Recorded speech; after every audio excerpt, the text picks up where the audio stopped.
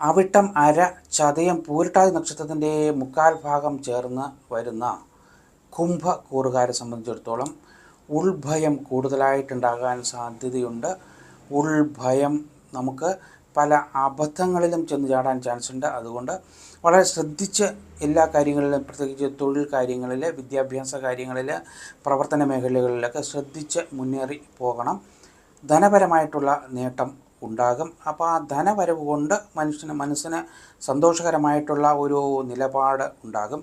സഹോദര ഗുണങ്ങളുണ്ടാകും. സഹോദരങ്ങളിൽ നിന്ന് പല വിധത്തിലുമുള്ള സഹായ സഹകരണങ്ങൾ നമുക്ക് ലഭിക്കുവാൻ സാധ്യതയുള്ള ഒരു സമയ കാലഘട്ടമാണ്. വാഹനങ്ങൾ സൂക്ഷിച്ച് ഉപയോഗിക്കുക.